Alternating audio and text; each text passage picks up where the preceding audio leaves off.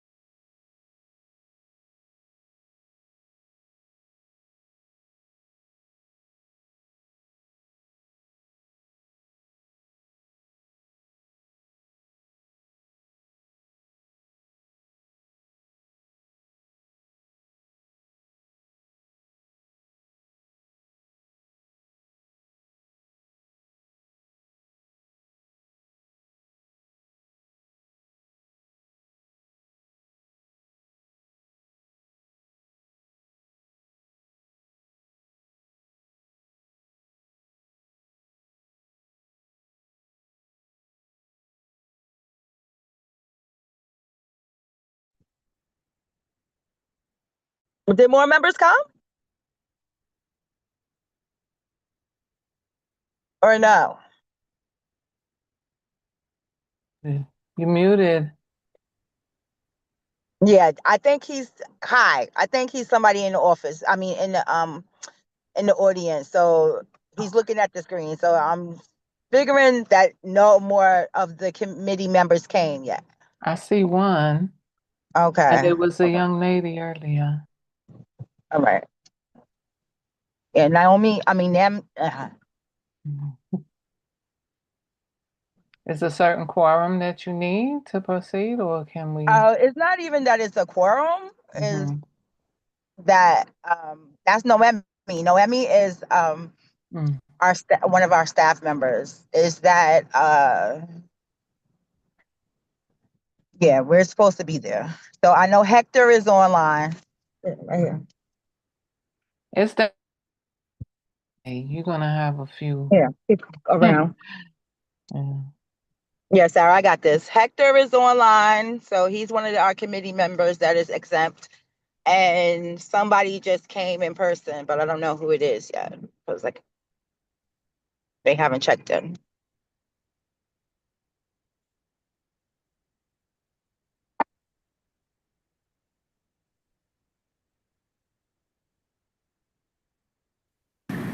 Hey Tanisha, it's Stefan who's Uh, on in Hey, person. Stefan. Okay, thank you so much.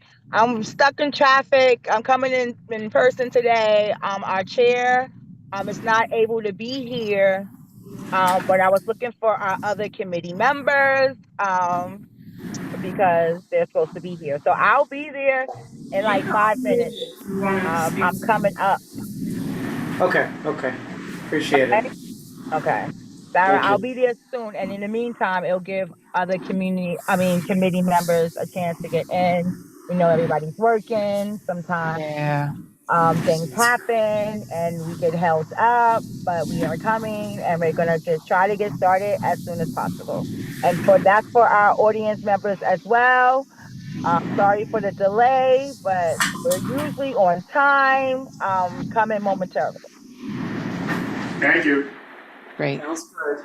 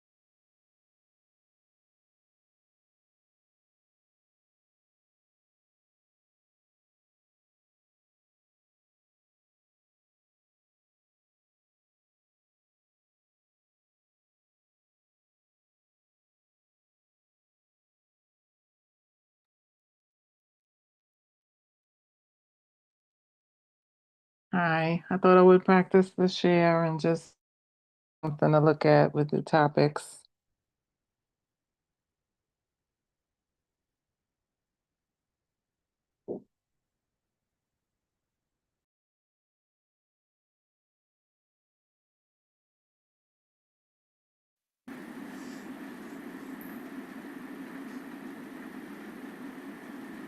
And the third issue is guidance.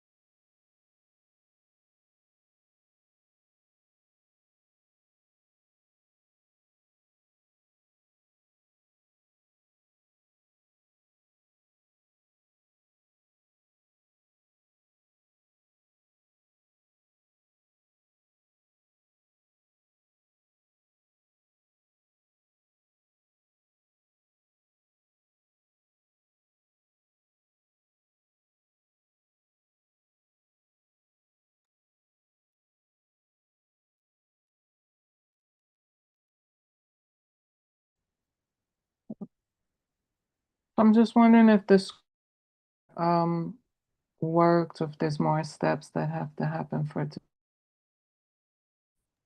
No, Sarah, there's no more steps. I just have to get there. You're fine.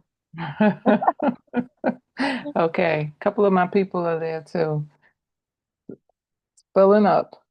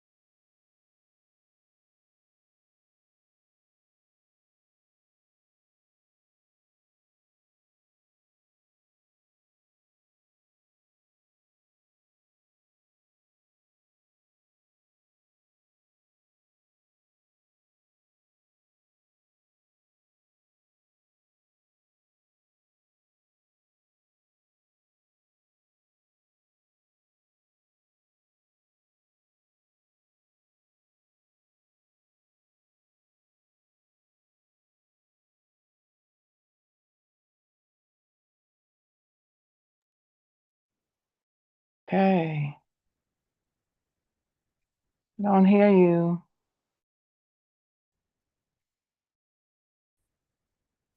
Hello? Oh,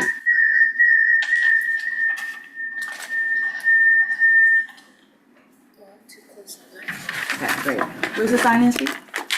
Hi, everyone. Sorry about the delay. I'm usually a very on-time person. But again, I am just the assistant chair.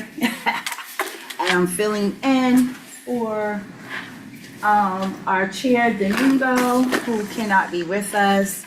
Sarah, thank you for your patience. I got you, girl. You don't have to, is this your first time presenting for a community board? no. Okay. Yeah. So, I am here. Stefan is here. D is here. How you saying it? Diogenes. Diogenes is here. And I am here. And Hector is here. Right? Online, Hector, you're present. Yes, good evening, Tanisha. So good to see you. It's so good to see you. So that's 1, 2, 3, 4. Yeah, we do not have quorum. So, we will be here. He's exempt, so he's here. He's here. I'm here. Yeah, so only 4 of our community board members is here. We're gonna have to talk about that. Crystal is here. She is a member of our community board, but not a member of this committee. Thank you for being here. Maybe we need to put you back on. Yeah, so we're gonna have to follow up on the people who are not here. Where's the agenda? Tell you the agenda. Thank you. Hi, everyone. I am Tanisha Grant. I am the executive director. I am the second vice chair of the community board, and I am also the assistant chair, the vice chair for this amazing youth and education committee. Hi, everyone who is joining us from the public. We appreciate you. I see a lot of folks in the building that I love. So thank you all for being here. And with that being said, I would like my other members to introduce themselves real quick to the people. Hi everyone, I'm Stefan De Jesus. I am a Community Board 12 member, Washington Heights resident, and this is my first year on the Youth and Education Committee. Happy to be here. Yes. Good evening, everyone. My name is Dee Montano. First year on the community board and born and raised in this community. Been living here for 34 years now. 34 years. Hector, our online member. How's it going, everyone? My name is Hector Bonilla. I've been on the Youth and Education Committee for 1 year now, and I'm also on the Licensing Committee and the Cannabis Task Force. Thank you so much, Hector. So we could not approve our agenda because we don't have quorum. So next we will go into our elected officials. Do we have any elected officials here in the audience? I'm looking and I don't see any. If you are here and I don't see you, please raise your hand so that we can upgrade you to panelists. But until that will go on, I will be having the office reach out to our elected officials. It's the start of the new school year. More importantly, it's going to be the start of budget season in January for our state budget, and then our New York City budget will be due in June. And this is the time that we need to advise our elected officials on the money that we want to see in education for funding. So we will be following up on that, right? Okay, so now we have community connections. Do we have anyone? Our presentation will be last. So I know that we have Gary here. not Gary? Hal, Hal here for Community Connections. You got something you wanna tell us about? community, that's the topic for the agenda. Yeah, so. Community you know, basically, Connections, your community. Yeah, I just come here as a friend of the youth committee. Because back in the day when I was still working, I ran youth programs and was very active with the committee. I retired after 22 years with the Police Athletic League. Mm-hmm. And president in retirement, I'm doing two things. I'm a steering committee member of something called the Uptown Youth Collective, which is a consortium of youth organizations in the Heights that got together to share resources and also to develop a teen advisory board for their organization. They're currently working on a survey that is distributing to high school students around the district. And when they complete their survey and analyze it, they would like to request an appointment with the youth committee so they could share the results of that survey. Mm-hmm. And then I also volunteer for something called Vote 16, New York City, New York State. And there are volunteers that are supporting New York State legislation that when passed would lower the voting age for local elections from 18 to 16. Wow. So again, in the springtime, we plan on doing a presentation to the city council, soliciting a letter of support. And for those of you who are new, the first community board in the entire city that gave a letter of support was Community Board 12. And they did so by a vote of 33 in favor and 5 opposed. So it was a pretty substantial endorsement of the campaign. So we'll give you an update again in the spring.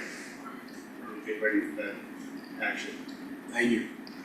That sounds amazing. Thank you so much. And thank you for always coming to our meetings. Like, I see you a whole bunch. I'm sorry that I called you somebody else. But please keep coming, and please, like, you know, I know that you do, but encourage other people to come too. Cause it seems like people only come when they want something solved, but like don't come to like organize with us and be a united front on the things that we need for education. Yeah, last night the teen council had a meeting, and a couple of them said they were gonna try their best to make it online. Mm-hmm. So I don't know if they're on the online, I have some attendees. they're high school students, so. From School in the Square, right? Hmm? From School in the Square?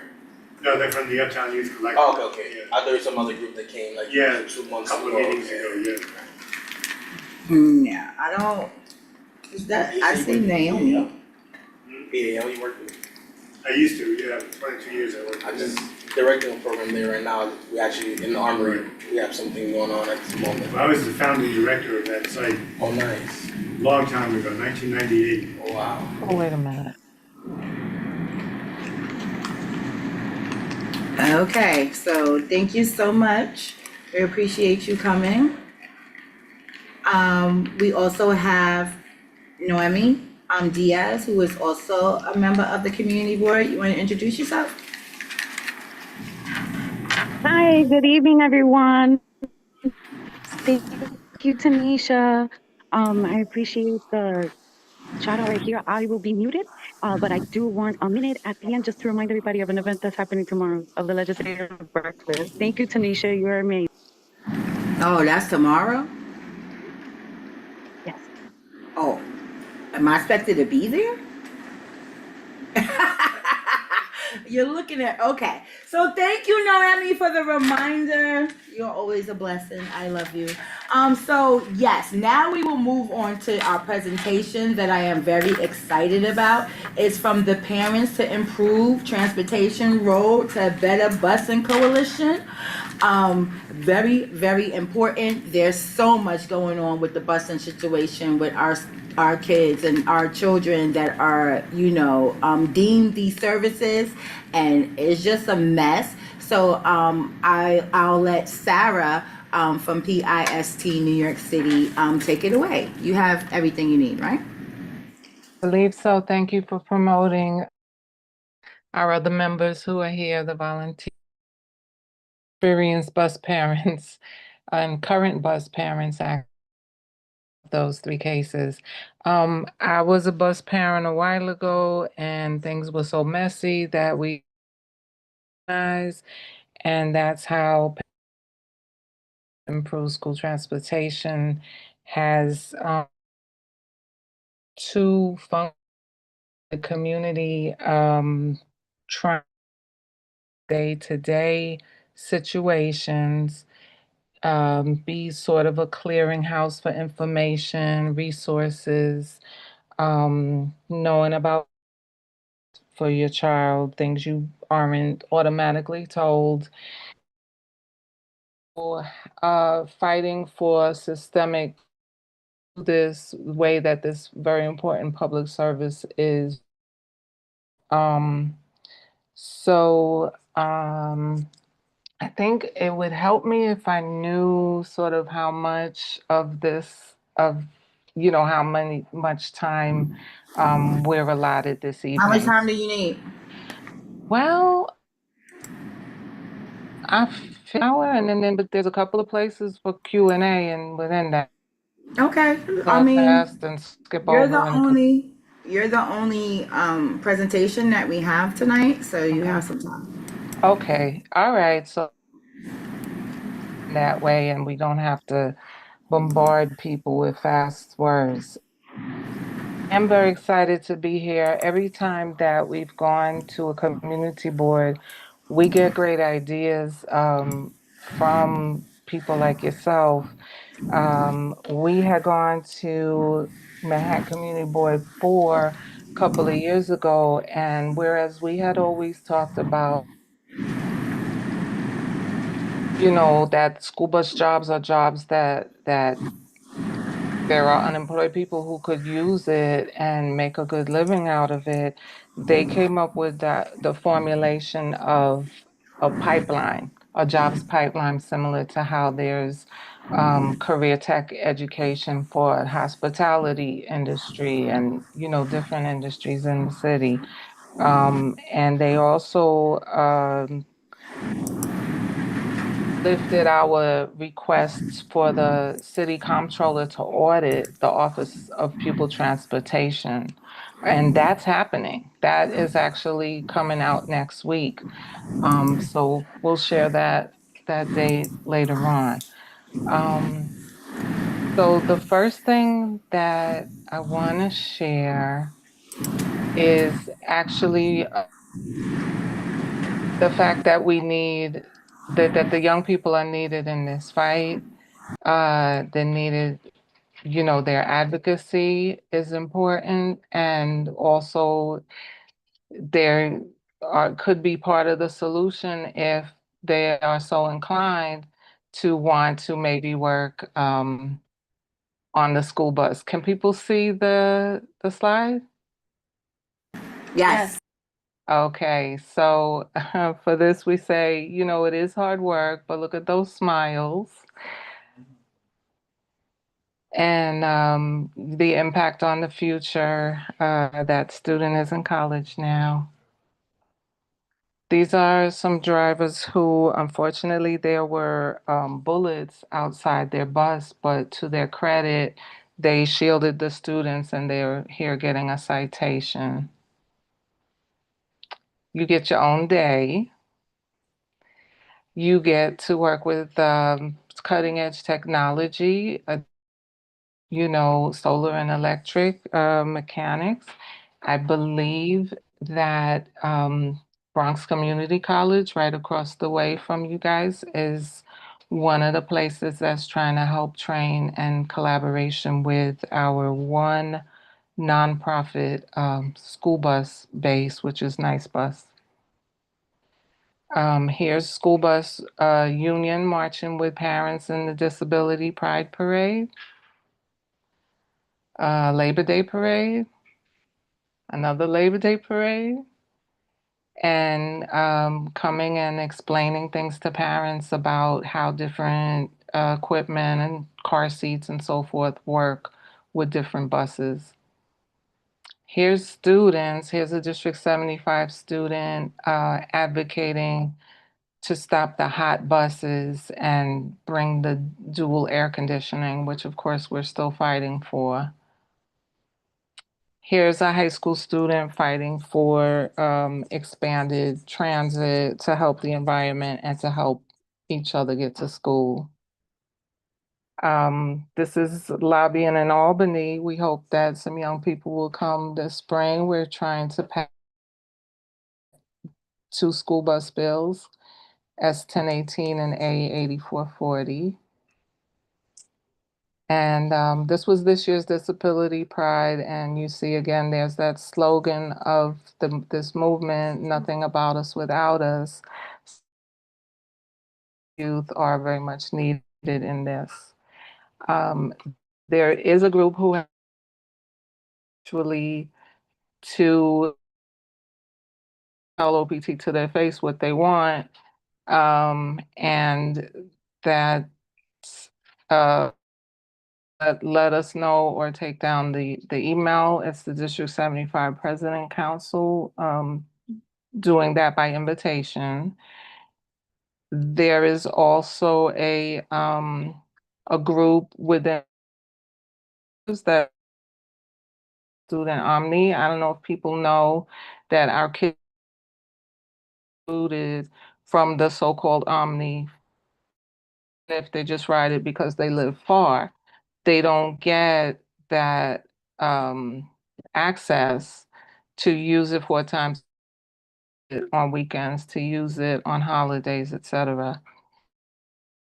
Lastly, if the around your local electeds want to certainly do our best to bring people from the school bus industry and also travel training, which is also a union job actually, and the teachers and paras taking students to learn how to do their route safely, independently, where they could actually come off of the bus. On that, or ideas?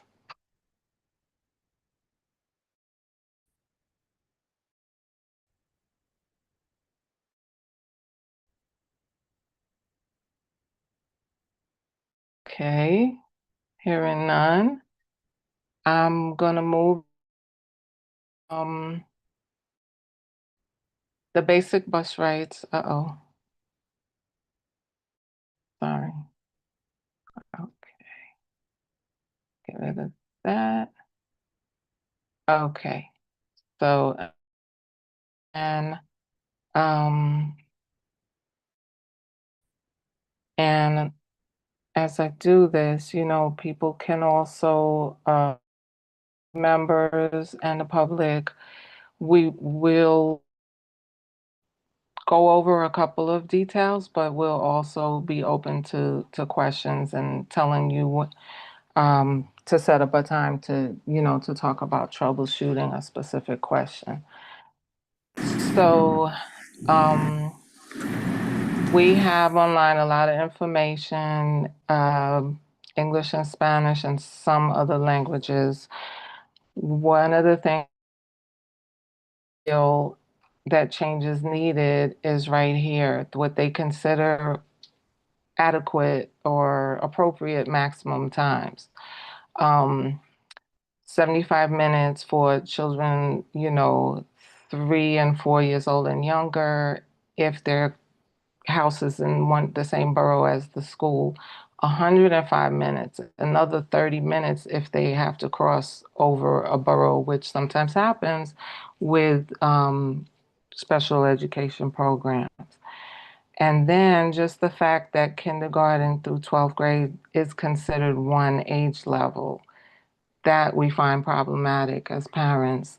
But there are allotted even longer ride times, and you will hear, representatives of the OPT saying to City Council, 2 hours.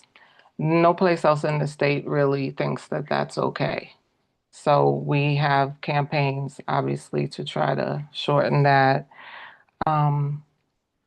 We advise people that whenever something is wrong, you need to get an incident number, and also, and people can put in the chat certain resources for, exactly where to call and how to do it online. Um, and what's also annoying is that you create your incident number. Let's say the bus, is 40 minutes late for several days, and you have entered those incident numbers. Even then, the complaint could just disappear from the record until you actually get some other advocate to write to people at the OPT and sort of escalate. Okay, so we share the different organizations who do that. PIST is not the only from the District 75 bus here, but how it goes, you kind of have to be aware, pursue a solution in that way. That when um, you know, students' problem is nobody else having the same problem, especially while we have a shortage of bus drivers. It's not like they're just splitting up routes every day. They're just shuffling things, and we're very concerned sometimes that you could fix something and hurt it for somebody else. Okay. And that individual intake form, I believe, is the one that I'm about to show. Just a minute. All right, so facilitate this process. The Citywide District 75 President's Council collaborated on a 3-language form, and this kind of guides parents into what information you need to put. The communication to OPT is expedited, and they're not coming back and saying, but tell us what the OSIS number is, and tell us this, and tell us that. So definitely please use that if you are in a jam with your student's bus route, or do not have a route, or do not have a paraprofessional, any of those issues which are very much impact attendance in a bad way.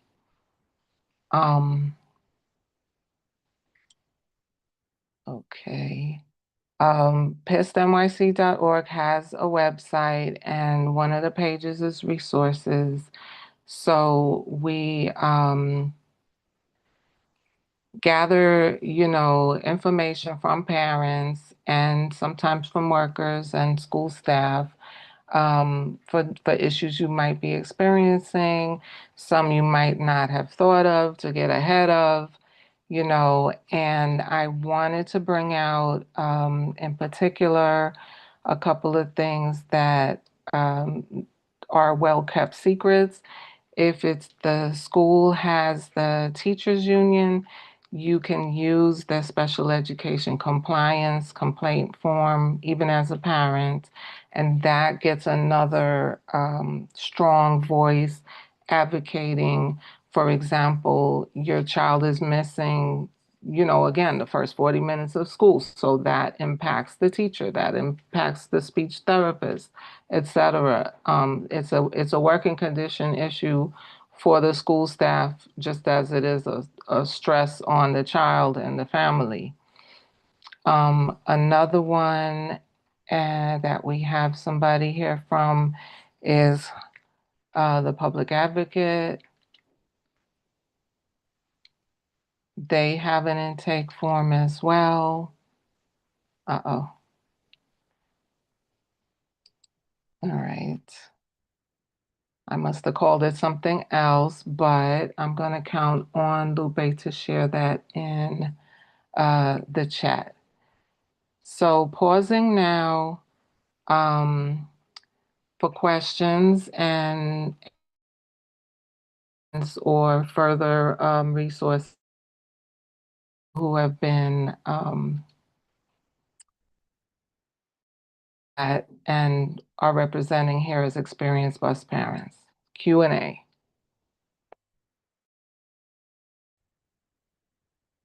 Nothing comes to mind.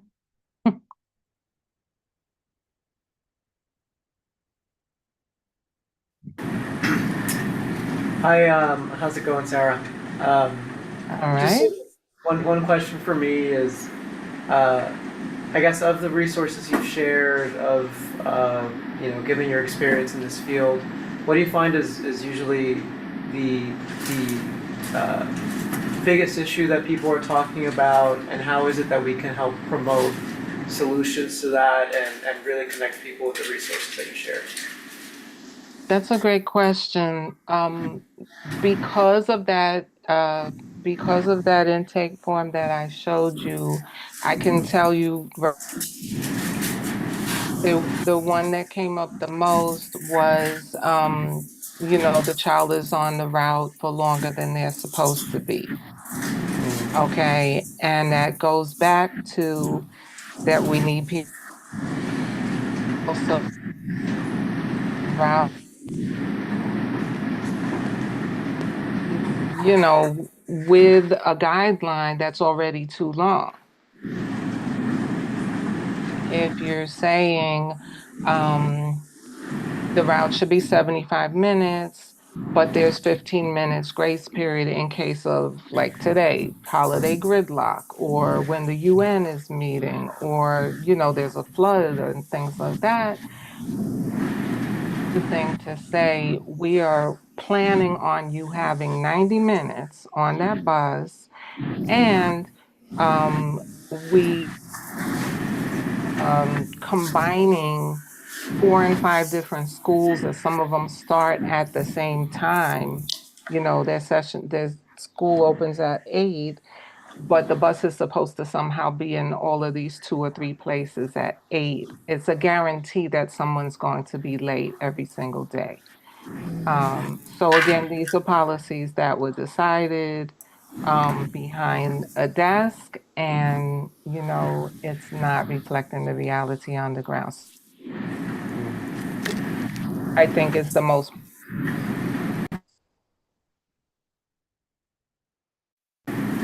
Any other questions? I have one. How Speak many up. total students are registered for bus services? And how many buses are actually available on a typical day? And what is the shortfall of the number of buses available? Okay, I'll take a stab at that. There are, when you count school, 150, and then there's another 20 some thousand when you put in early intervention and those other young groups.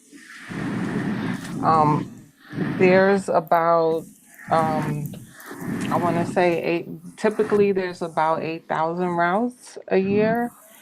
And, naturally, some students need to be on a smaller bus with fewer people because the stimulation or their medical issues. And then there's the big majority, actually, of students having general education busing just to get to their school within their district, or, um, yeah, within their own district. The special education routes can go out of district, out of borough. So the shortfall usually at the beginning of the school year, it's hard to get the authorities to tell us exactly, but we do get information from the union that, more of the will tell you, oh, so and so many just retired, and at the same time, about people who start and stop, because it's really, at this point, when there's a shortage, the people who are left have sometimes double work. So it's always at any given point 200, 300 vacancies. And it really impacts children because I was on the phone all last week with some families in Queens whose kindergartens had not had a route yet. In fact, their route will begin this coming Monday, December the 15th. And we know school started super early this year. That's like an outrageous amount of time to be, schlepping to school any which way they can, borrowing cars, waiting for the bus in a transit desert like certain parts of Queens are. So I hope I answered that question. And we are going to have other questions and answer when we get into some of these bigger picture things and show you another PowerPoint. Okay. Continue, Sarah. Thank you so much. Okay. And Sarah, you tap me in whenever I'm here as a panelist, so let me know. Okay. I'm going back to the screen share.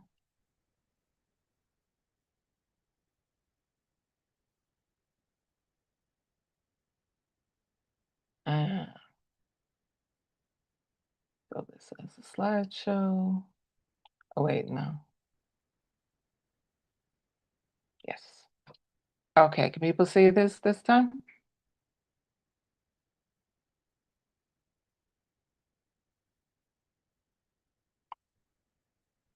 All right, everybody's muted, so I'm gonna take a chance and Yes, we can see. okay. Thanks. All right, so as you know, there was some contract drama, right? And that's what got school busing back into the newspapers in the recent period.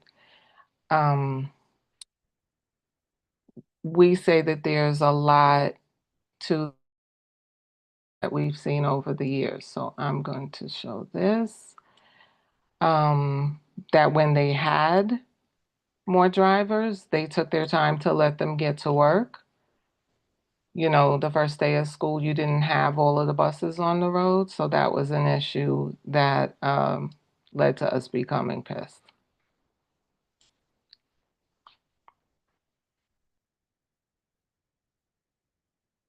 As I mentioned, they typically combine something like 4 schools per route, and that was a decision for the convenience of contract bids, which, still don't really happen that much. The employee protection provision is something that guarantees that the driver who has a certain level of seniority will bring that seniority if they have to change companies for any reason, including the bids. That got taken out by the Bloomberg administration from a portion of the routes, and that led to a strike. It was still not resolved, but they bragged that they saved a lot of money that year. They saved money by giving the routes to low bidders, but that led to layoffs of 2,000 experienced workers. So that's one of the things that we're still recovering from as people retired because they were being asked to work for basically half. And we've learned recently that some of those new companies ended up going out of business. They're not there anymore. So we disrupted everything for them and they said bye-bye. This had a yearly effect on everybody's wages, not just the ones at the new companies. COVID also became an excuse to lay off every single yellow bus worker, something like 12,000. In a pandemic with concerns for their health benefits and so on, people found other things to do with their life, and we're recovering from that. these are a few other complaints that parents have, expressed with the Office of Pupil Transportation, the communication, these long route lengths that we showed you, um, saying that everybody has a route, but if not every route has a driver, then not every child is getting to school. And then they spend a lot of money on a call center, but it tricks you into not saying your bus was late unless it's more than 30 minutes late. Okay, Lupe, if you have the voice, you can read the next few, please. Thank you. No problem.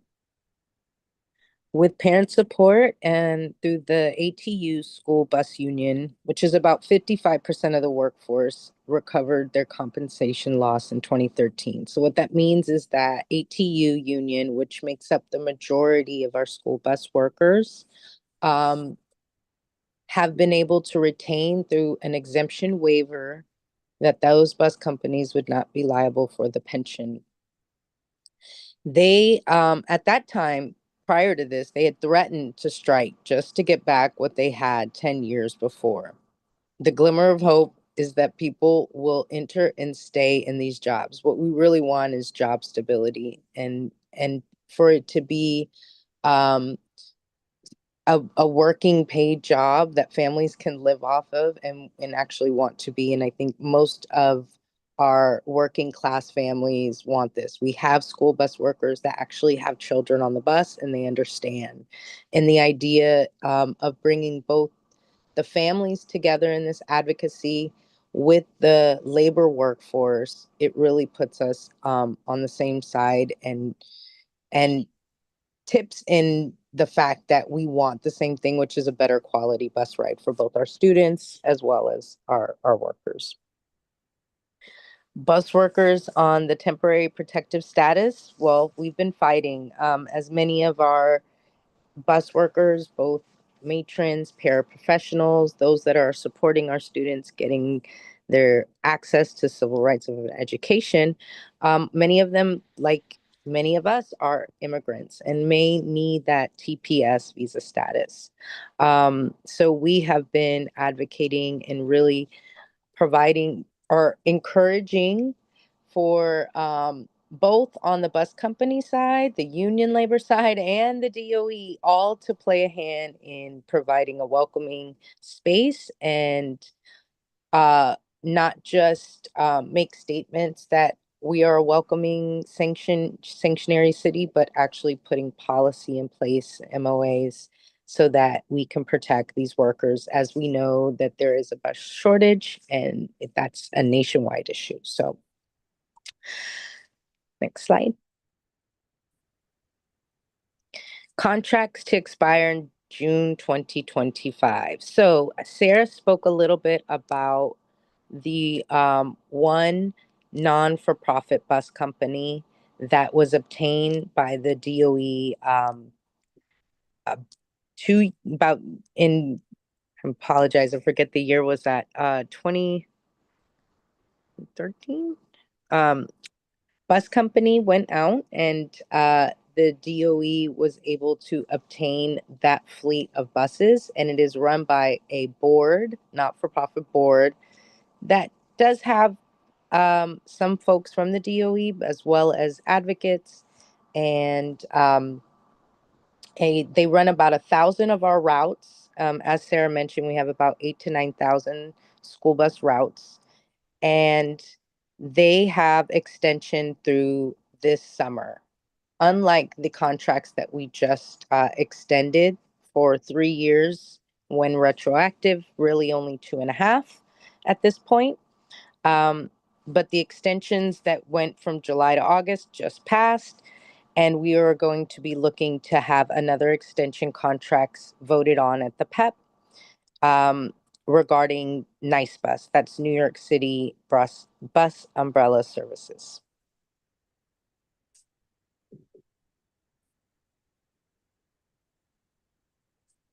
Riders need rides and workers need work. So as parents reject the threat of mass layoffs or any interruption in the bus service, We must come together to provide city and contractors to a better term.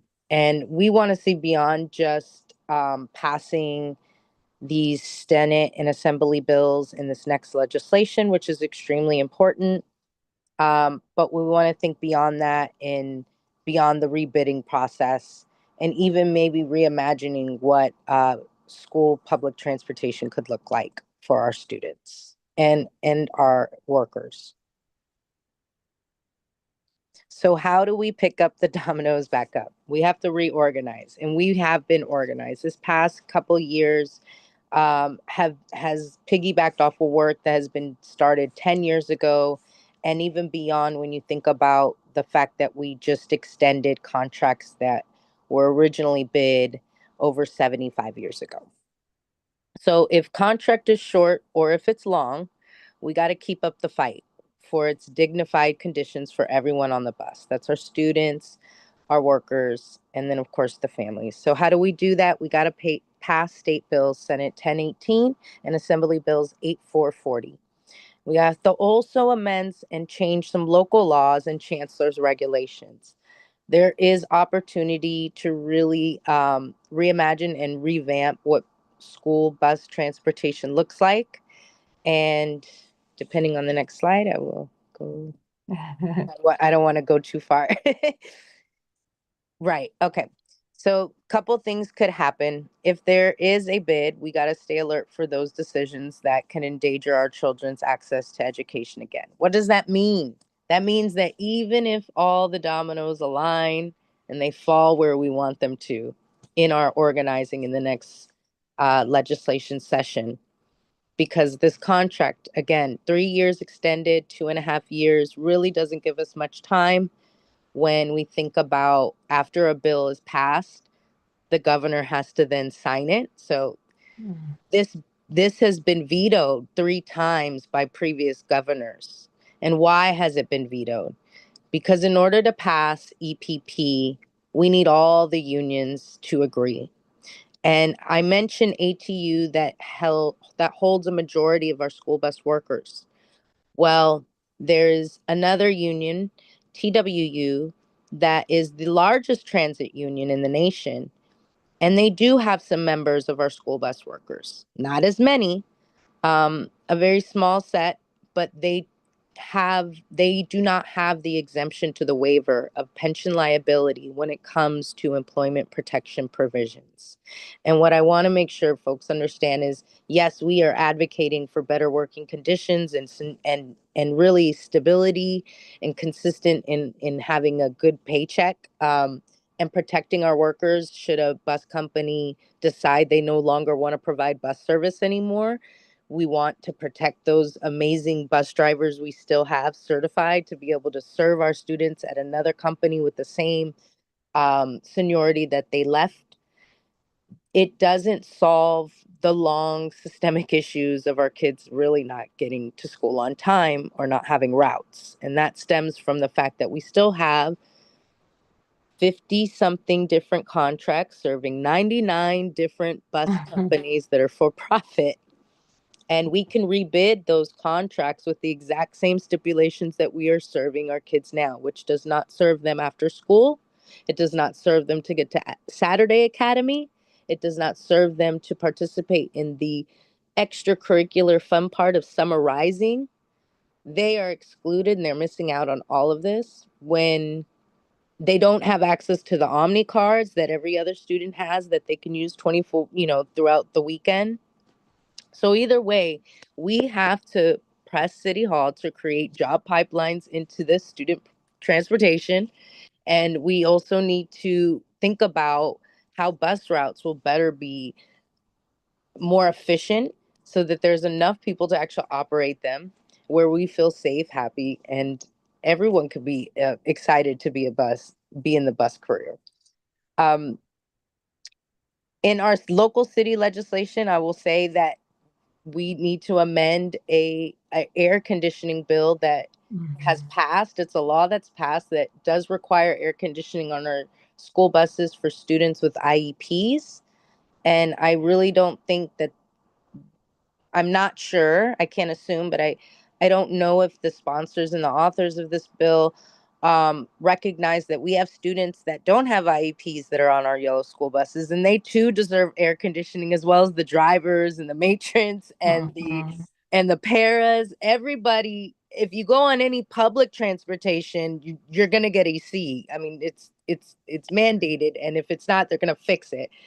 Our yellow school bus should have AC, and they should also have heat. So we're pushing for dual climate, not just AC, but dual climate control, and for it to be implemented before 2035. Because as current the city law, this law does not have to really be in implemented until they have 12 years to implement it, and that's way too long in the tropical climate that we are in, and summer's lasting a lot longer, and these kids are having heat strokes on these buses as early June.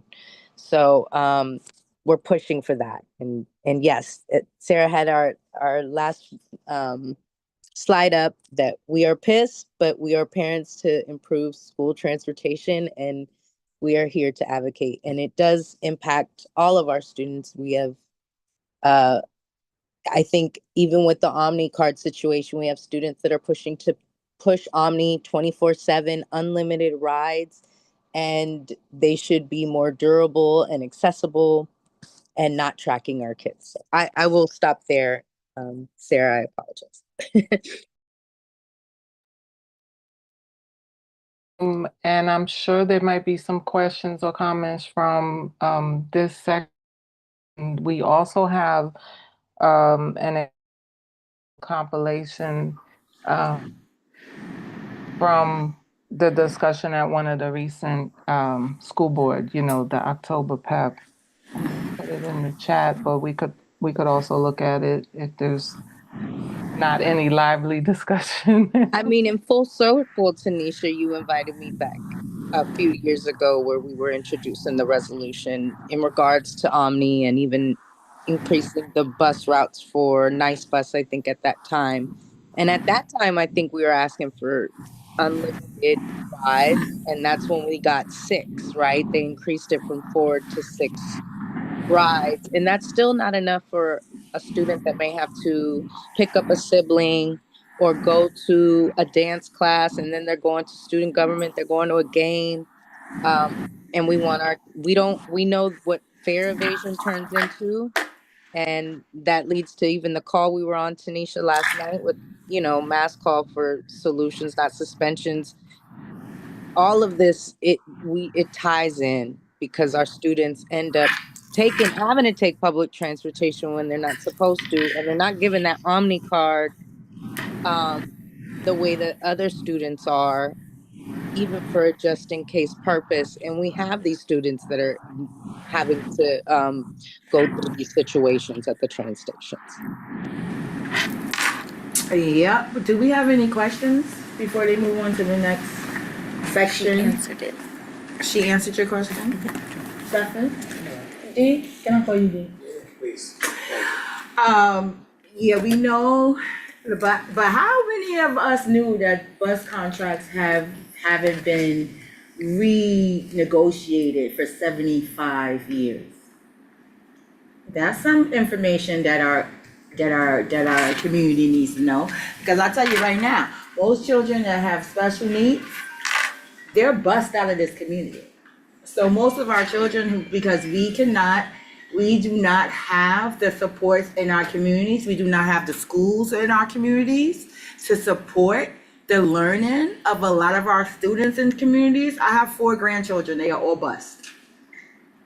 And to think of your child or your grandchild being on a hot bus and coming off the bus all red and sweating, like that's a health concern.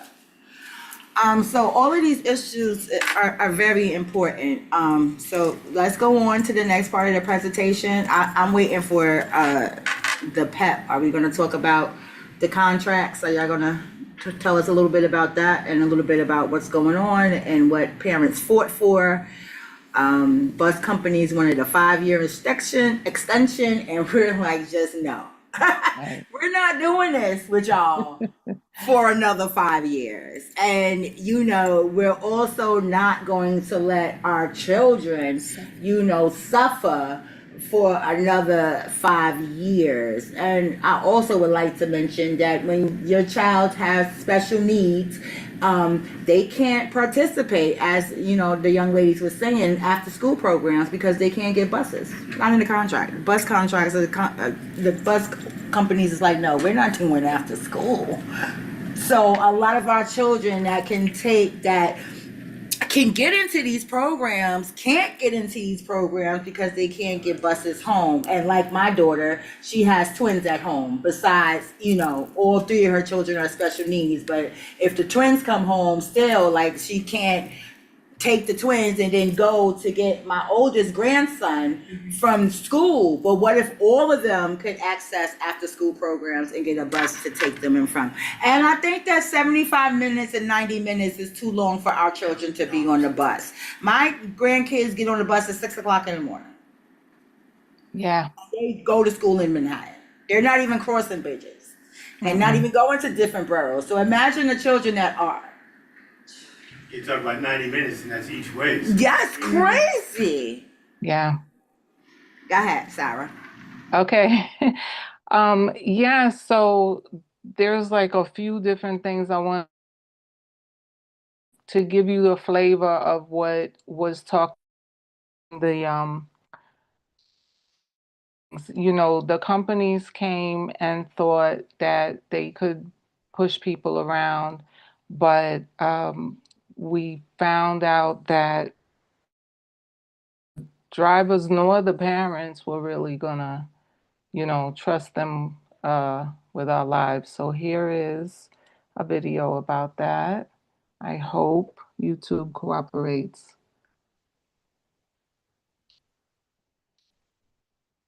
Oh no, ads? Not they monetized it. I'm sorry. Featured in an online ad. What? Skip ads. We hear it, but it's low. You turn the sound up Workers for parents. more. Uh-oh. Let me see if I can turn my sound up.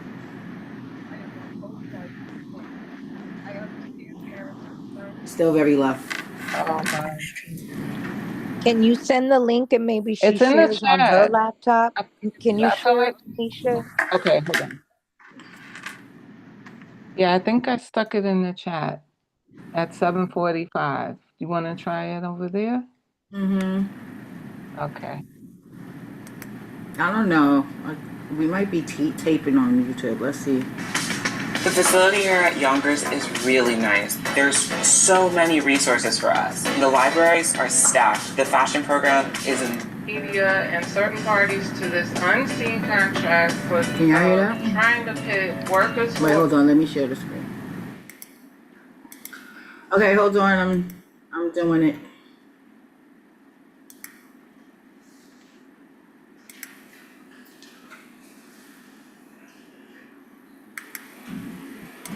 parents against parents who are workers. As a parent of a special needs young man, Can y'all hear in the audience?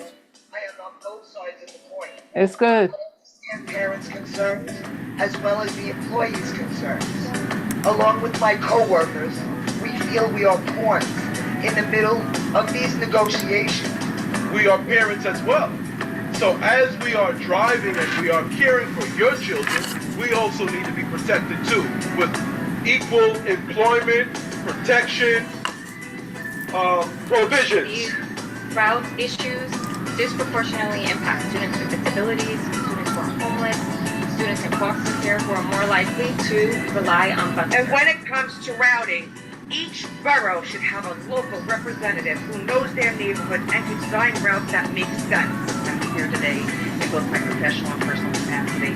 Off my notes, I just want to say thank you to all the drivers and staff in the room for the work that you do and for the level of expertise that's coming out of these the comments, the lived experience and the expertise of people who know what these routes are. We really do appreciate what y'all do for our children. We know y'all love our Well, that's my children. Whitney.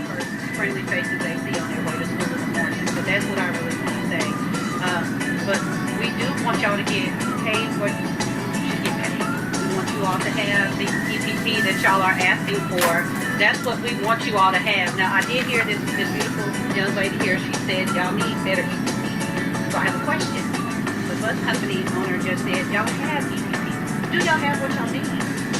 And so that's what we're asking for, and that's what we want you all to have. We want y'all to get paid what you need to get paid. We want y'all to have buses with heat and AC.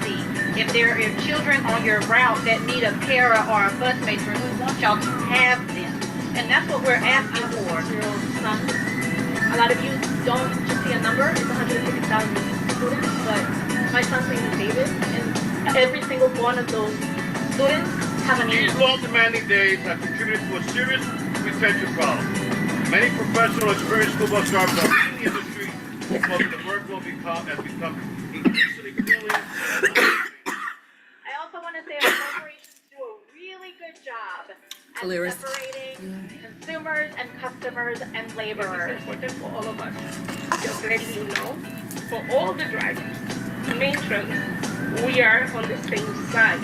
We want our children to be safe. You read the contract. Have they discussed it? This is unfair. I am Puerto Rican, so I'm going to say it in Spanish. Sus habichuelitas son las hijas mías. Y nosotros todos trabajamos para mantener a nuestros hijos. Y es importante, y es extremadamente importante que todos nos unamos. Porque no es justo. We need a contract that respects the rights of our students, respects the rights of them to get to school on time. We also need a contract that respects the rights of our workers, the bus drivers and matrons, particularly EPP protections. Not just in one contract or a handful of contracts, but in all the contracts. Drivers deserve job security, and the students deserve working buses. That bus is not a convenience. It is a bridge between his home and his right to education. This situation right here is putting parent against parent, when in truth, we all want the same thing, to provide and protect our children. Two promises, we need 5 years of accountability, stability, and compassion for the families and workers, and most of all, our children. Thank you. Fair for workers to be on air-conditioned buses. It is not fair for students with disabilities, with multiple disabilities, with severe disabilities, in wheelchairs, to sit in buses that are not air-conditioned. But they have enough money, $1.9 billion in contracts, to get y'all an AC vehicle for our kids. So please understand, we're here for you, your kids, your jobs, your livelihood. We're Union City. We support you. Y'all need to support us too. They are making money on all of us, and it is not fair.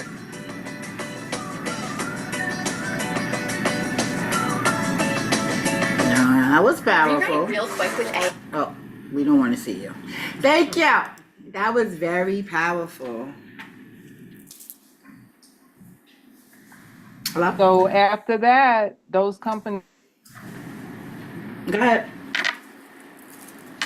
So I was saying, after all of that happened,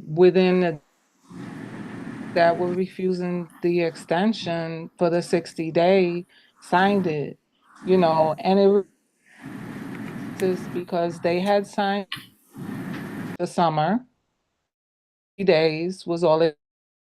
They had signed it for September, and I knew that the city was going to give it to them for November. That's what they were operating under, 60-day extension. If people want to come and talk about busing at the upcoming PEP, you can do it every month in the public comment, but in January for sure, time to register that 3-year one that did pass,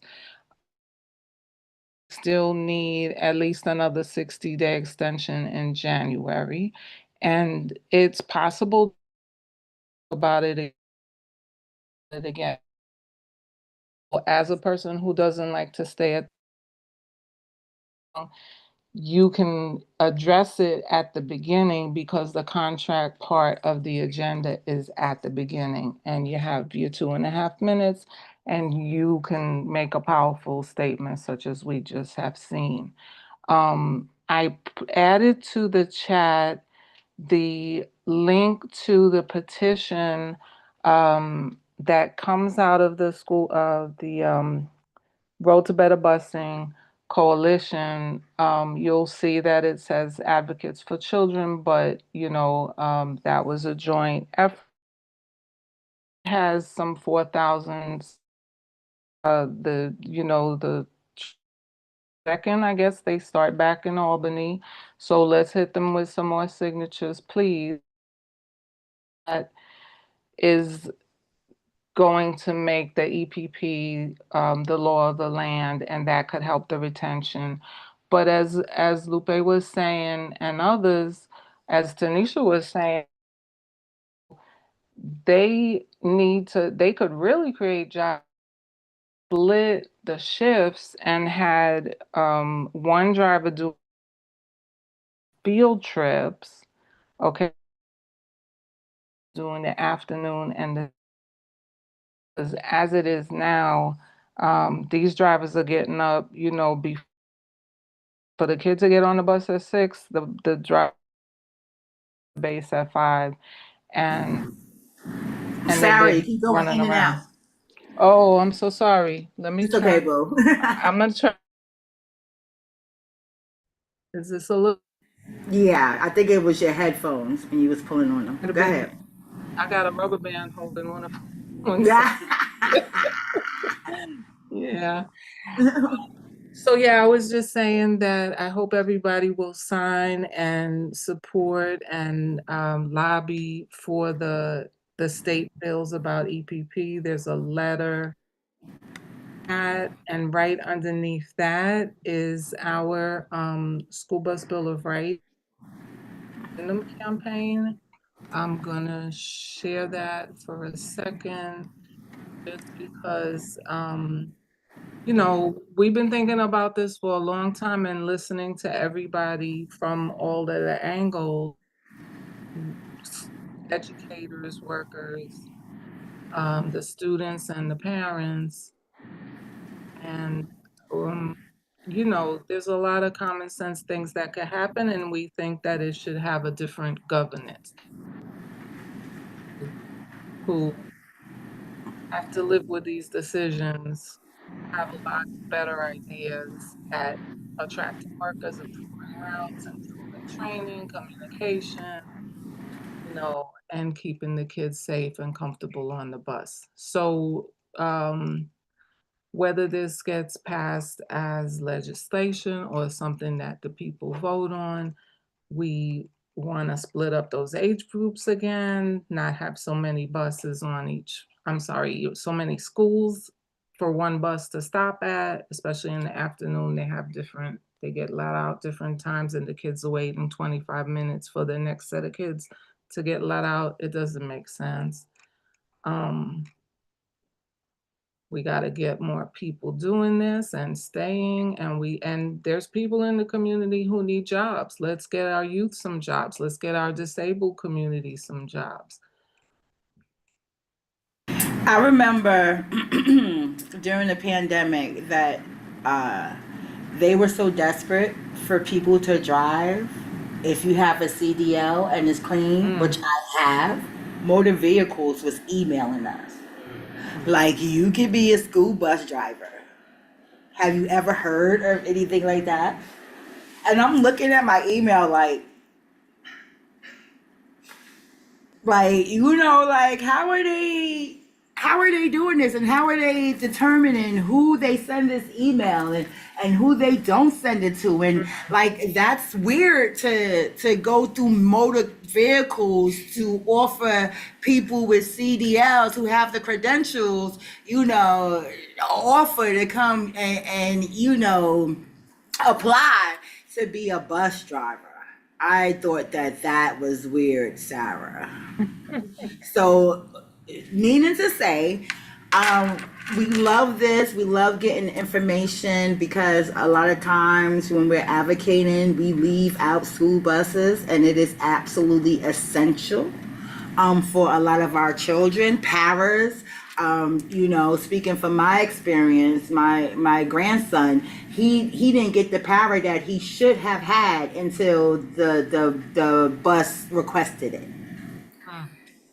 So, yeah, and again, the way that they do these bus contracts, the division, I see it more as the parents against the bus drivers, and it's something that we didn't create, right? We want bus drivers to get paid well to take our kids back and forth to school. Like, they literally have our kids' lives in their hands when they're transporting them back and forth to school. So of course, we want them to get paid well, but it's more of, being very, very, what's the word I want to use? Being very, very, having the root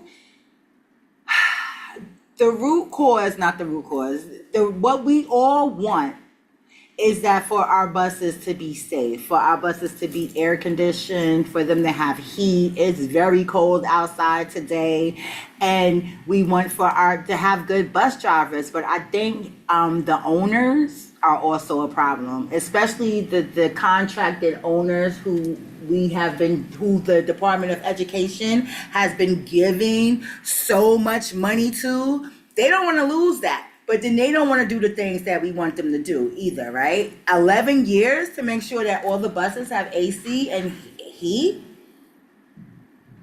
A lot of kids' school careers will be gone by then. And all of these kids, and then it comes into the factor of, the children before and the children now and what the children didn't get. And we don't even think to look back and be like, we're so sorry that you had to go through all of that just trying to get an education, because kids feel some type of way when we're advocating for this and we get to change this. They think about their school careers and all the things that they had to suffer through and didn't get. And I think about our young parents too. Like, we have to, start, educating our young parents who have children with special needs, who have just came out of the system and didn't get everything that they needed in their school career and don't want that same thing for their children.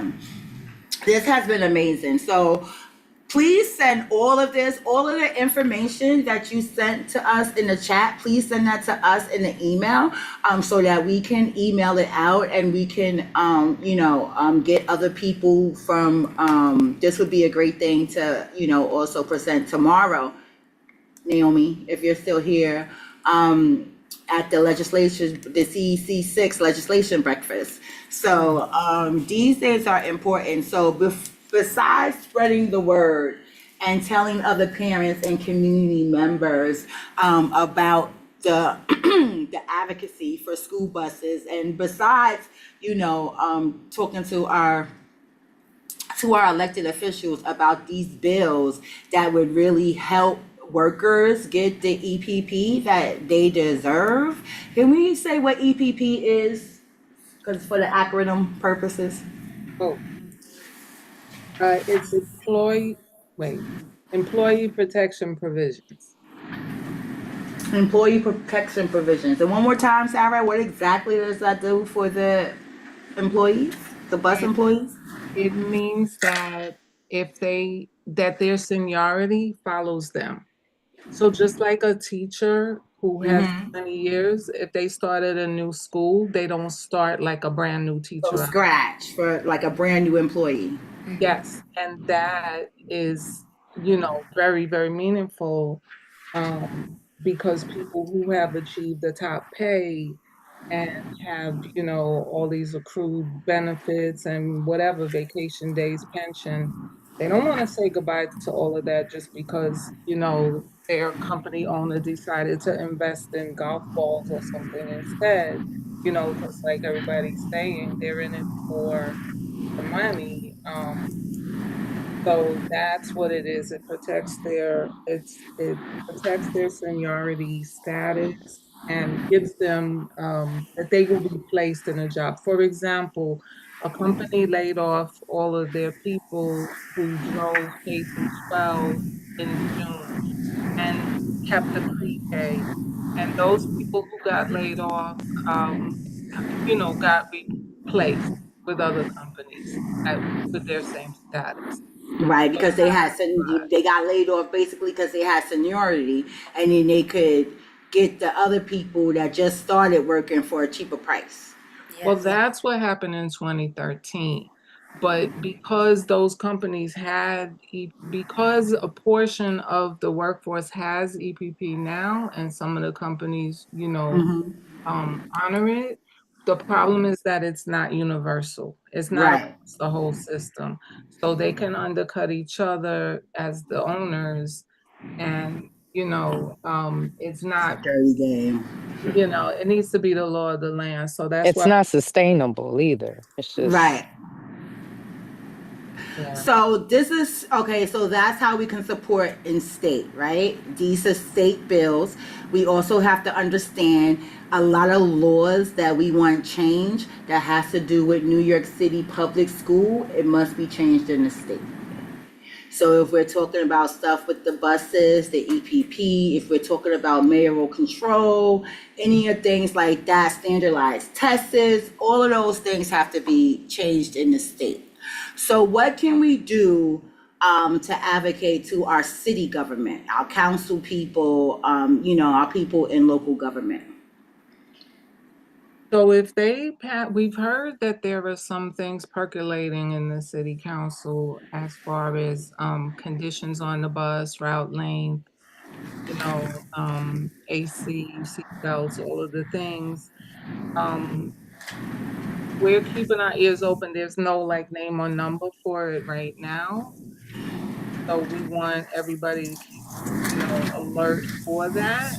And there's also possibly a amendment to the chancellor's regulation on civil transportation that will come up, in the beginning of the year or in the spring, around the same things. AC. And if the law passes, then the regulations have to be amended. And if it's amended, if the law is changed, it's written into the vendor contract, they will have to renegotiate, to meet the terms of the new law. This happened with a case that the parents of students with diabetes took to the court, that they were being told, well, your kid can't come on the trip unless you come because we don't have anyone who can give them the glucagon in case they have a crisis. Well, there was a ruling and they said, no, that's not, that's violated appropriate public education because you're making the parents work during the school day. And they instead trained the bus drivers and matrons, if they have a student who has that 504 for diabetes, that they will get to know which type of glucagon this child has, and they will be provided with it, and so on and so forth. So that's, that happened very recently, and it shows you that the contracts can be changed without necessarily a whole upheaval and bidding and, all that undercutting and stuff that went on the last time. So I'm putting in the chat the name of that regulation. It needs to be amended in all kinds of ways. Another one is the fact that it says you can't have a Metro card if you ride the bus. And so we have, our kids now that there's Omni card that could get you to all kinds of enrichment and meeting your grandparents in the other borough and doing all of the things. Only the kids who don't take the bus can use that, and these other 150,000 are excluded point blank. So that's discrimination, right? And ways that we need to tackle that.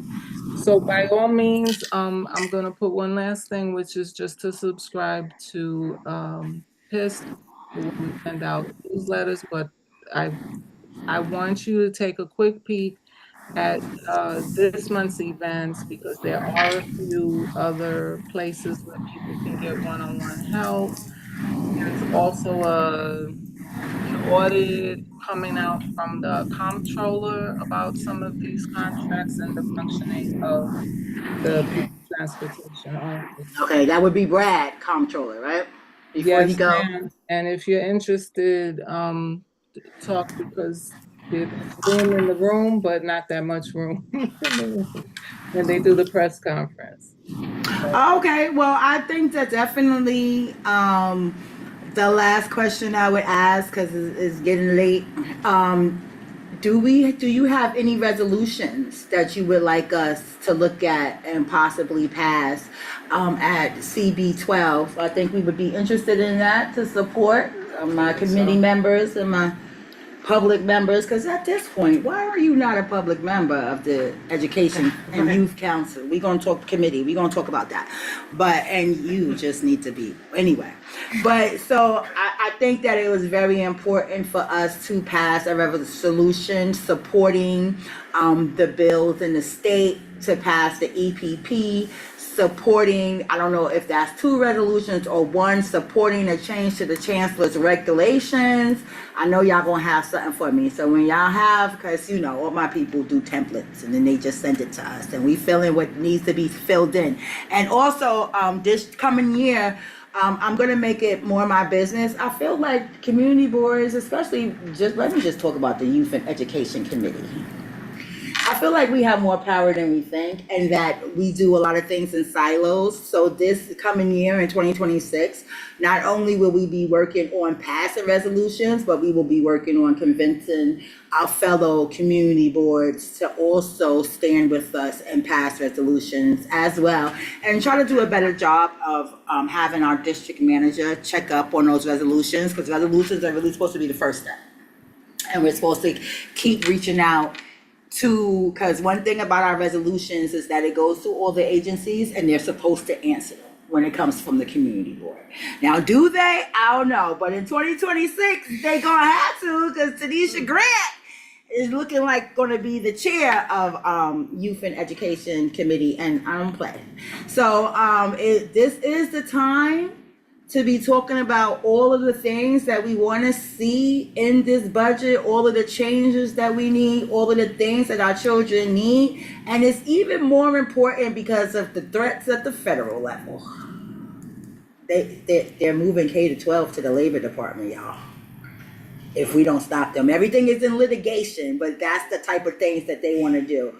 And it's more important than ever to get our state and local federal officials to put in the mechanisms and the funding to make sure, first of all, that we are covered from the federal threats, and second of all, that our kids have what they need. And we live in the richest city in the whole world, and they will not be able to tell us that they can't do it. Our budget last year was $252 billion, our state budget.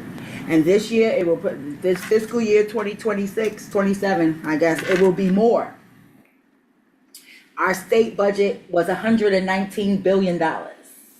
We have whole countries that have free health care and free housing that run on not way less, okay? We give our police officers $13 billion. And while I guess police officers are important, it's not more important than putting the resources into school. And it's also important, not just putting the resources in the school, but into the school budget, but using them wisely. Because we spend so much money on BS.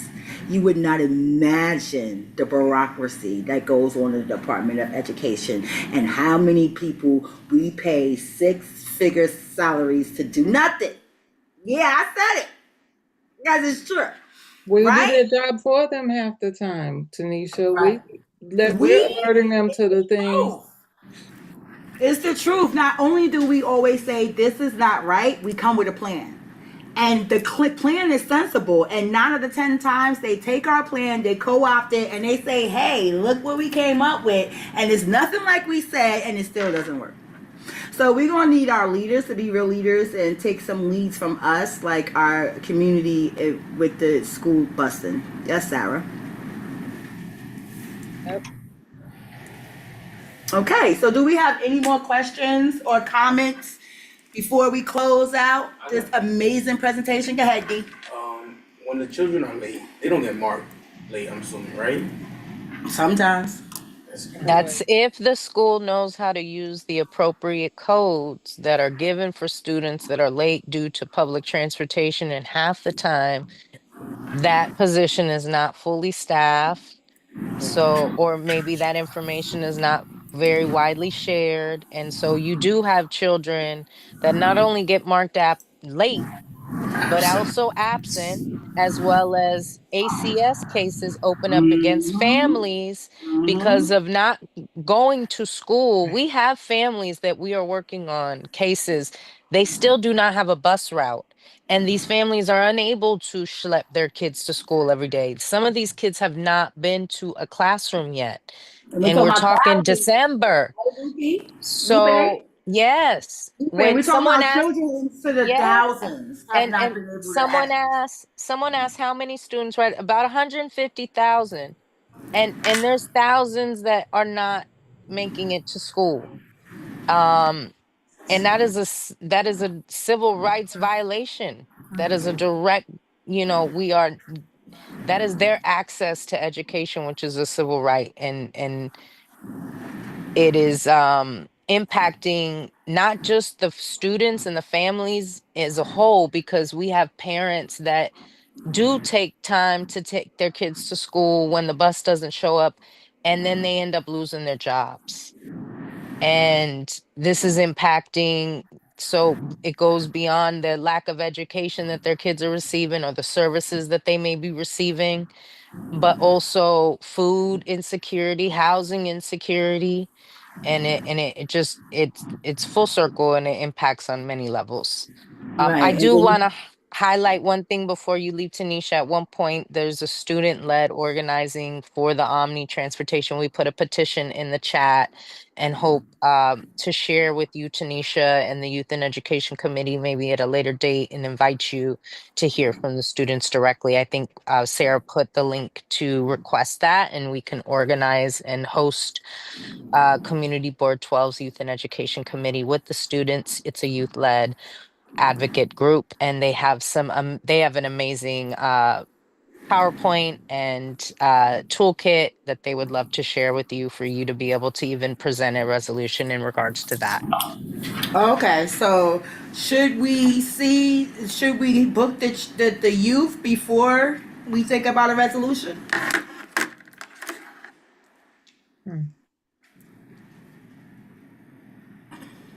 Asking y'all. More You know, mind. we've had councils actually present the resolution with the students on the same time, where you're introducing a resolution, and then the students are presenting almost like they're able to fulfill providing a lot of reasons to pass your resolution, if that makes any sense.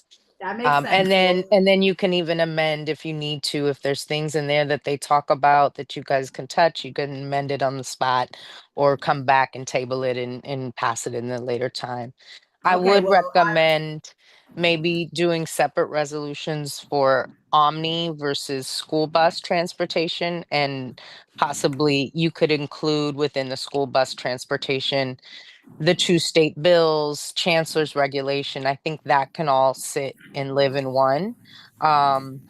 Well, we But already have an Omni card resolution. We could just upgrade that. Remember last year, it was a very big issue with the children who's supposed to get Omni cards not getting their Omni cards all the way to, I think, almost to November. So we already have a resolution on file for that for last year. So we could just update and amend that to include that children should have access to Omni cards 24 hours a day, 7 days a week, and that children with special needs, disabilities, who learn differently should also have the same access. So we already and have they that. can give some real life experiences to the challenges that you're speaking to, for even those that receive them, who have lost them, have had them damaged, trying to get them replaced and not being able to. These young people, hearing from them firsthand is like sometimes the most powerful and impacting. Okay, well, we would definitely Love to see them. We can invite them to our next meeting. So I'll put my email in the chat, even though you guys, I think Sarah has it, but connect them with us. Ask them if they want to present. Our next meeting is January 8th, the second Thursday at 6:30. Let me know sooner than later, because I'm also thinking about a budget presentation, because it is budget season. So we would need to know, because we want to make sure that the youth are highlighted and that we give them enough And they time. give you a budget cost for what it is that they're asking for. They have a whole budget piece in their PowerPoint. Okay, well, that sounds amazing. So please put us in touch, and please extend the invitation of my committee members. What do you think about inviting the youth to give us their presentation on Omni cars and why they should have access to them? And I think that's just a no-brainer. Every child should have an Omni card so that the police don't harass them for $2,000. Well, it's about to be $3 because they just raised it on us. So every child that doesn't have an Omni card is not harassed by the police. I mean, that isn't that part of public safety? And I think that's a quality of life issue. Not having the $2.90 to $3 to get on public transportation when you are a youth. Right? So I think that's something that we would be very interested in passing a resolution to, and we would love to even have the kids craft it for us, or give us their resolution that they crafted, and we just go along with them And you're saying this and get it passed. Because I know in the past, even when we were in school, right, they would give it to kids that lived a little further. But you're saying it for kids that are even in the community. Right? Yes. Oh, because it makes sense. Talking about PAL, right? We have kids that are maybe in Inwood, and they want to go to a community site after school as opposed to their school. And how do they get there, right? Of course, a lot of them are just gonna go under. But like you said, now we're creating more issues. A lot of kids don't travel out of their neighborhood because they don't have money. A lot of our kids, the only thing they see their whole childhood is that parameter where they live. You know what I'm saying? So we should be encouraging for our kids to have money to travel, because there's so many things to see in New York City, and most of our kids never see it. What does it really cost? Parents either. And not to mention our mayor, when he put out this Omni Card initiative with DOE, when they took over this contract as the vendor, it was presented at the big presser that every New York City student would have access to the education outside of the classroom, all of the education opportunities that New York City has to provide. He talked about all of our amazing museums. He talked about the parks. He said kids have the capability to learn every day of the week, and that's when the Omni cards were available for students to be used, not just Monday through Friday, but also on the weekends. Why do our students with disabilities that have to rely on school bus transportation don't get that same access to that learning outside of the classroom? That is just wrong. Not to mention, if you had it, why is it so hard to replace it? It shouldn't be so hard. It should not. Fatima?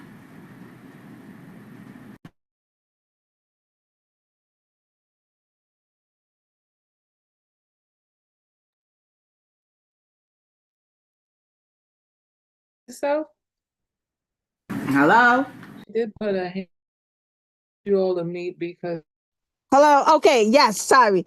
I just wanted to say the one thing that I thought was important with the young people when they mentioned the Omni thing is that the police are selectively giving out those tickets when the high school students, especially, and it's like after the high school students, I'm also happen to be a teacher and a mom.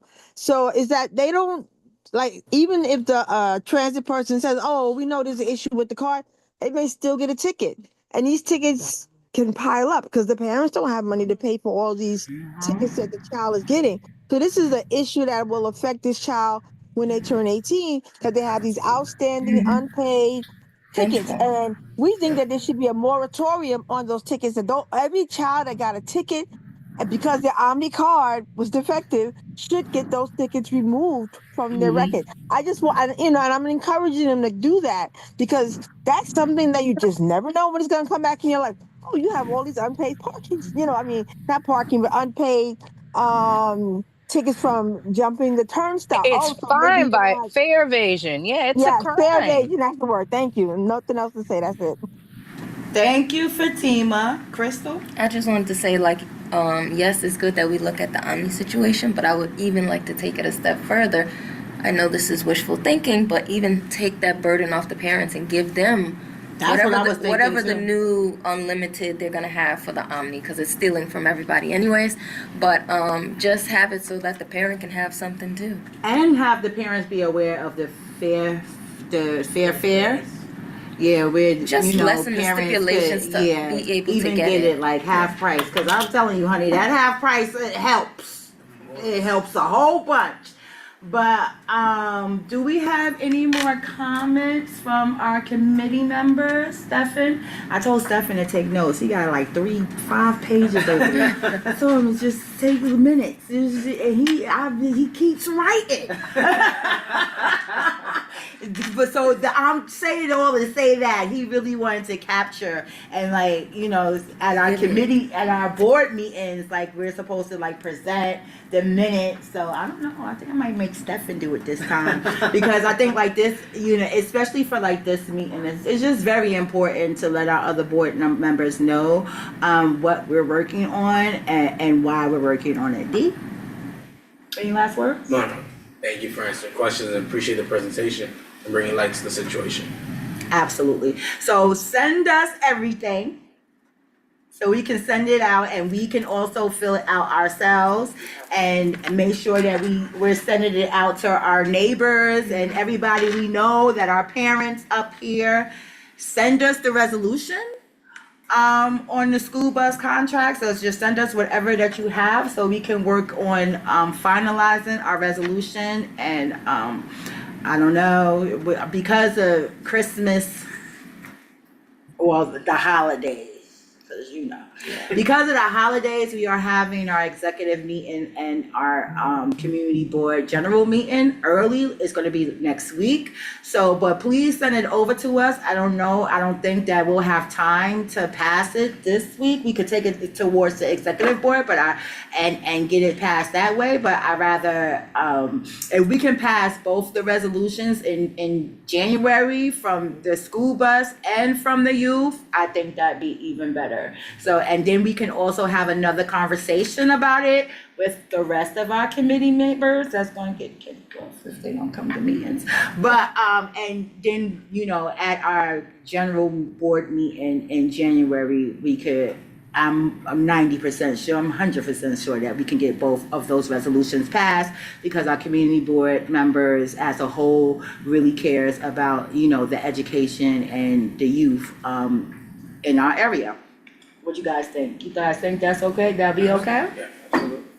So thank y'all so much. We appreciate you so much. And we'll see you soon. And always don't hesitate to reach out to me if you have updates, if you want to present again. All you got to do is let us know, and then we'll make sure that we put you on the schedule. I'm sorry, Noemi, who is also a CC6 member. Can you give us a couple of words about this presentation and your thoughts, and then your announcement?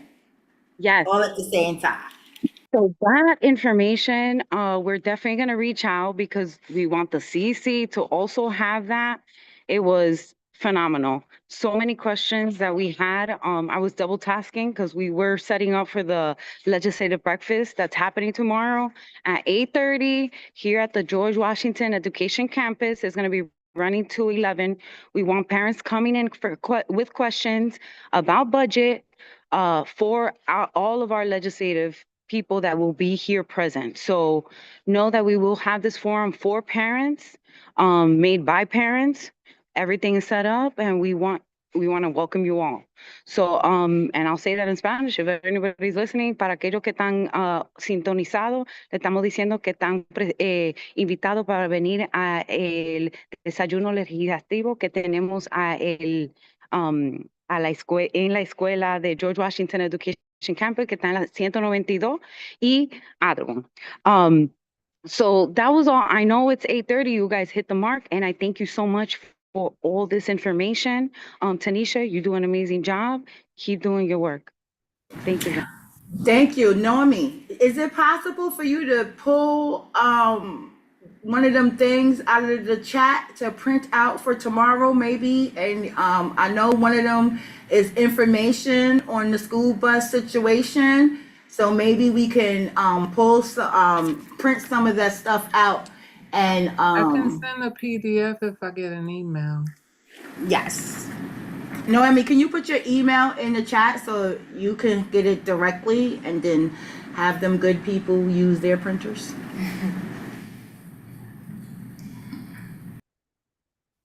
Okay, so moving on. Do we have any old business?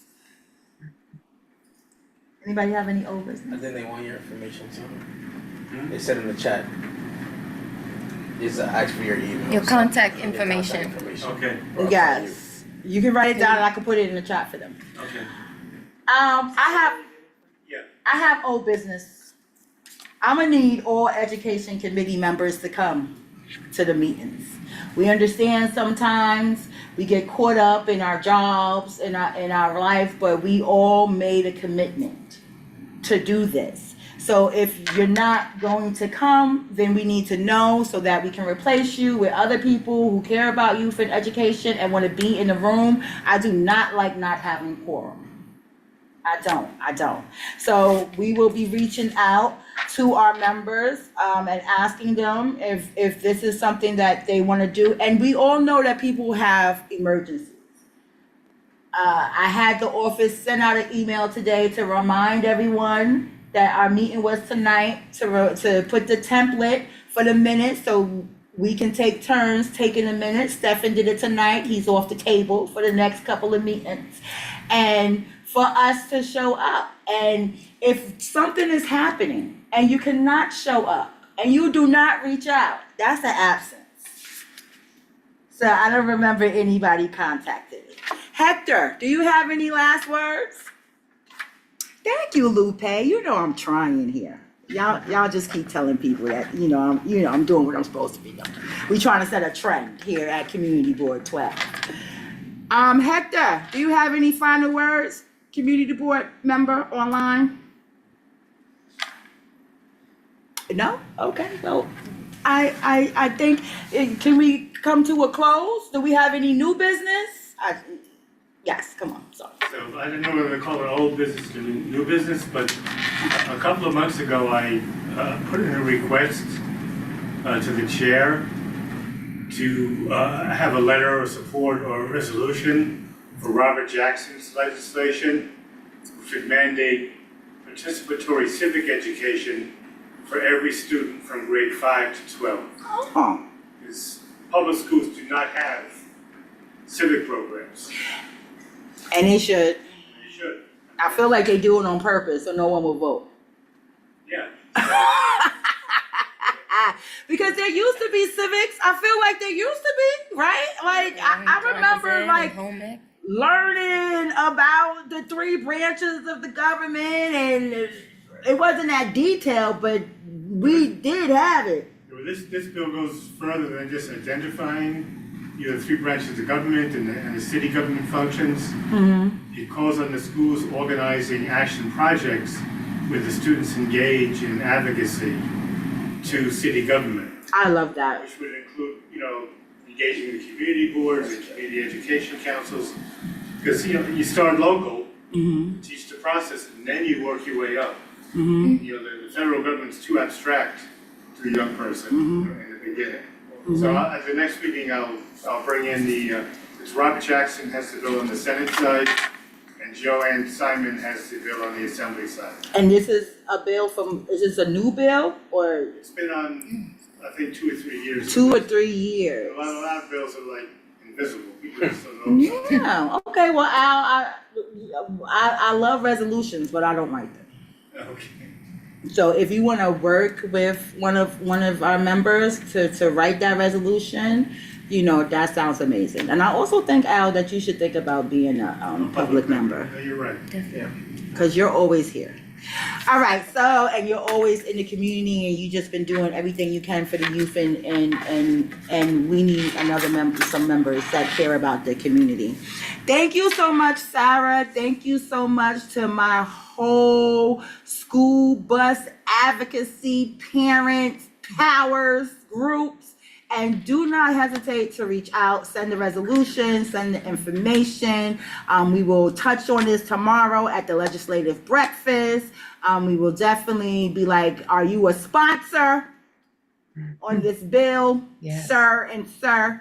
And definitely take it from there. But if anything new comes up and there's anything new that you want to present, just reach out to us. We're always happy to have y'all.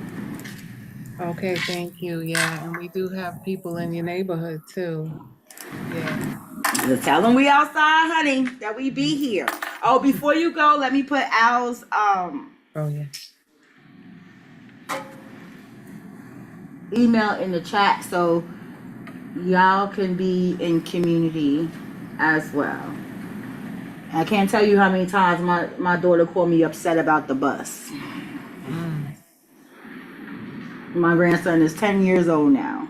So you got 10 years of headaches.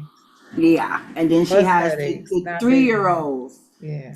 The 3-year-old twins. So even more than that. So that is Okay, his thank you. email. I see it.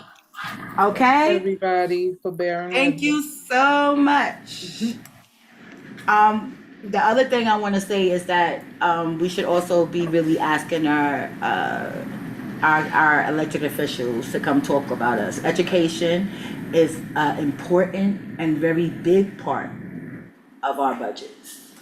And I would love to see what their thoughts are and what they're working on and how we can advise them, assist them, work together with them for, youth and education needs. So I will also have the office reach out to them and ask them to please come attend our meeting. All right, any more announcements? Have anybody who wants to have any announcements in it? Because as someone look out who, for Mulch Fest for your Christmas trees. as someone who is online a lot, I hate it when people don't want to pay attention to me. But what you was gonna say? Just look out for Mulch Fest. Those that celebrate Christmas and putting up a tree. It's nice, eco-friendly to get rid of your tree so that we don't put such a headache on DSNY. Oh, that's good. That's a great thing. Cause I don't do trees, but I know people who do. So that's great. And can I get a motion to adjourn?